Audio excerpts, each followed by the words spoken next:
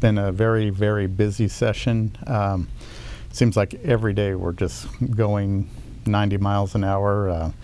I know my staff has been working diligently on taking care of things, just trying to make some legislation better, work with other legislators to find a little bit of light in all the stuff that's went through the building. We've What is that? What is that? I mean, there's like certain legislation where we actually have been able to work to try and do some positive things for the business community, working with DEQ. Actually, I just came from Energy and Environment. Our water quality standards have always been kind of a hit and miss. There hasn't really been a number to balance things to, so we've actually opened it up to where the private sector has a say in what these standards are going to be, where there's a raw number that you can put to it, where DEQ relied on their own scientists before. Now they're going to open it up to where they listen to scientists outside their own community. Oh, good. I think that'll be a positive thing for business in the state, because that is one of the huge issues that we've fought. We also just moved a bill out of there dealing with carbon emissions for basically a lot of our power generation using woody biomass fuels. So before they would emit too much carbon, but they weren't taking into account the carbon that was being emitted into the forest. So there's been some positive things like that that happened. We actually got a hearing. We worked real hard to get Oregon State to come up here and discuss nuclear power as an option. That has totally been out of the discussion for years. And after the environmentalists and everybody listened to it, they realized, hey, this is a viable option because it's an energy source that does not emit carbon. You have one fuel cell, but with some of these new fast-burning reactors, you can reuse that fuel over and over again. We have Oregon State that's developed some small reactors that are modular that you can drop into place that are reasonable and power a city very quickly. So these are some positive These are positive moves. things that have happened. Are these bills you have brought up, or? These are things that we have worked on. Some are bills that we worked on. Some are other legislators, Republican legislators had worked on. And I have to commend a little bit some of the Democrats on the other side for opening it up. Chair Vega Peterson for giving us a hearing on the nuclear power was huge. The opposition came in.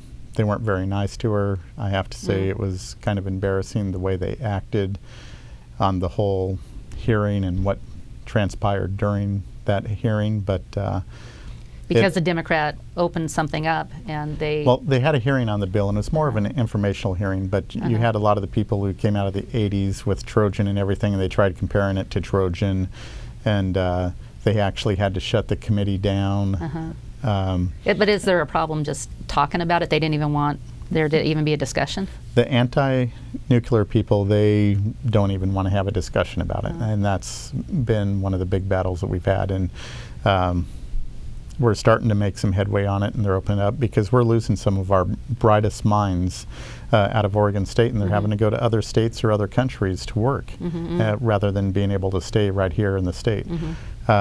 Most people don't realize that at any one point, we probably have 12 to 20 reactors right here in the Northwest at different times. And Oregon State is one of the leaders in development of these small-scale nuclear reactors. So that's the reason that we pushed very hard to have that hearing, just to get the information out there so people can see what's going on in our own colleges right here in the state of Oregon.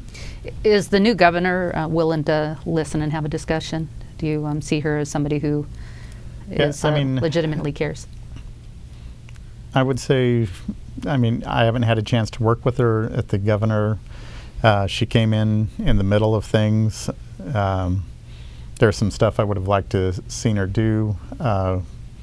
Some of the policies that the former governor had put in place, like the clean fuel standards, I really would have appreciated it if she would have actually vetoed that bill, but she didn't, and this is a bill that can cause our fuel costs to go up anywhere 20 cents, even $1, and it's money going into the pockets of other individuals or companies that are making alternative sources of fuel. It could be natural gas, it could be ethanol, and it was just a small part that you had to work with it, and the legislation didn't make any sense for such a small part of what we're going to do for carbon reduction in the state to benefit about 5 or 6 companies. Yeah. It didn't make sense for us to do that, and that was one of the bills that Ms. Hayes was very involved with and everything, and the former governor was involved with, and to me it should have been something that should have waited and went through to the next session.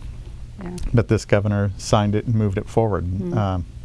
So then I think we're rushing on some of the bills that we're doing to try and clean the system up, because we're being a little aggressive, really, rather than waiting to see what happens with the FBI and find out, okay, what do we really need to do on these investigations to stop this stuff from happening again. There is some legislation that we're moving that I think will be helpful, but I think if we were patient and just waited another year or come back in February. On what? This would be a lot of the legislation just dealing with what the role of the first spouse is, or first lady, first man, however you want to label them. A lot of the ethics laws and rules that we're doing, what should be permissive and what shouldn't be permitted. We're getting a little aggressive on going after some of that, but then there are things that we can be doing for it. But I think we're politicizing and moving things to say we're doing good when we could be making better moves if we would just waited a little longer and saw where the hurdles are that the Federal Bureau of Investigation, or the FBI, is doing in their investigation now that would have made life easier for them. It seems like a lot of government officials seem to have a bias, and they have their mind set and made up, and if they would actually listen and have an open discussion where they just really just step back to see the consequences, to see what the real truth is, not just their biased opinion. It seems like good things could get done, because I think sometimes people care, they just carry this bias that's just not real. Yeah, or sometimes they look at, well, whose idea was it, and then they won't move it because it was someone else's idea. Like, to me, the one thing that we should have put in place is just an impeachment process. That would have probably been the only thing that I would have done right now, and just let things play out with the investigation with the FBI before we did anything else at this point. And because we'll be back here in February. We can deal with a lot of these issues in February after the investigation's complete, rather than starting a movement now just so you can politicize it and use it for campaigns and things like that. And to me, that's wrong. Yeah. Well, it's not right for the people. It might be right for the politicians, but it's not right for the people. Right. So. And it was, I mean, I'm not going to deny, I was on your show lots of times saying that some of the stuff that was happening was either incompetence or corruption.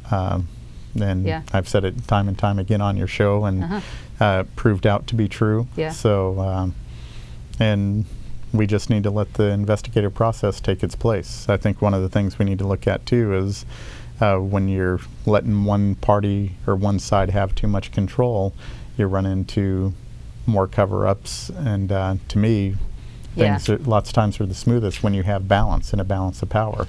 So that way both sides are weighing in on things. Yeah, you know, I mean, I know a lot of Republicans talk about, you know, like the Portland, the Multnomah County, you know, they have so much say-so that it affects the rest of the state that doesn't necessarily agree with, you know, more the liberal policies. But what has happened that's even worse, like you said, it allows for so much corruption, so much bias, so many lies, because the media won't typically go after a candidate on their liberal side, because obviously, you know, they're in the same situation. So we, you know, the Republicans are often demonized, and then the Democrats, they're not exposed for anything that they're doing. This session, the media's probably been more fair and balanced than they have, because they're starting to see a lot of the things that are taking place.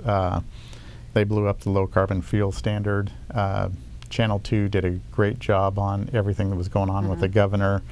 So, I mean, I think we're starting to see a more fair and balanced approach from the media, because the media, I mean, some of them, there were stories and everything about some of the ties that they had with the governor.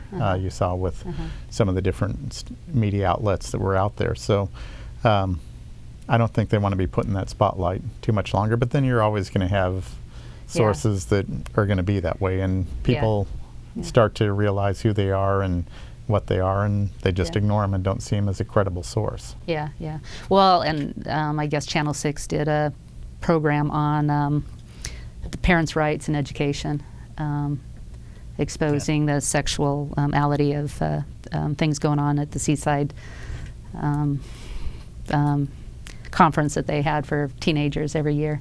Just really disgusting. And so, yeah, there's some of that. I just encourage them to just keep doing that. Well, and I think that's one of the things that I encourage parents to do is stay engaged in the process, especially with your child's education. I mean, I'll watch where 1 minute somebody's standing on the floor saying it's about the kids and parent choice, and then the very next place they're taking away a parent's right. I mean, we're trying to mandate when kids should start school, and to me that was a parent's choice. It was at 7. They wanted to move it down to 6 for kindergarten, and some kids aren't ready.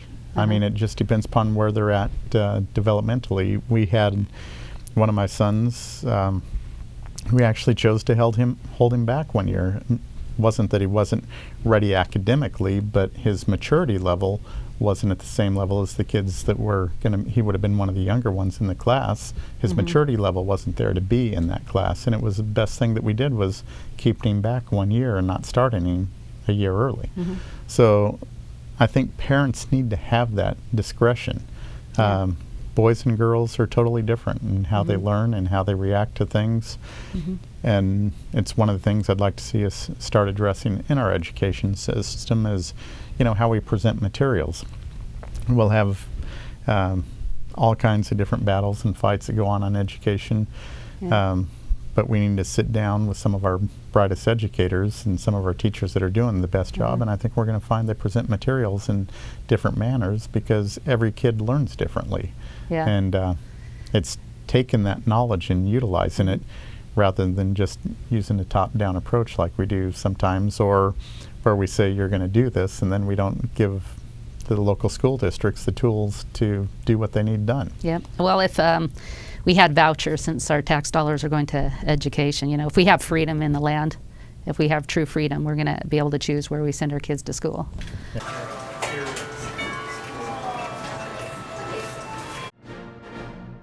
There aren't too many outlets where you can hear in-depth spiritual issues alongside conservative politics, where we can make a difference to those around us and our country. It's brought to you at a cost that's worthwhile, yet I'd like to do more. On 11thhourpolitics.com, you can buy books and videos that will advance this cause. There's delicious chanterelle tea containing vitamin D, proven to dispel depression. We have an art gallery and options to produce your own commercial or have us do it for you, along with other projects. It's only through a co-op that things get accomplished. I hope you will join me in this mission.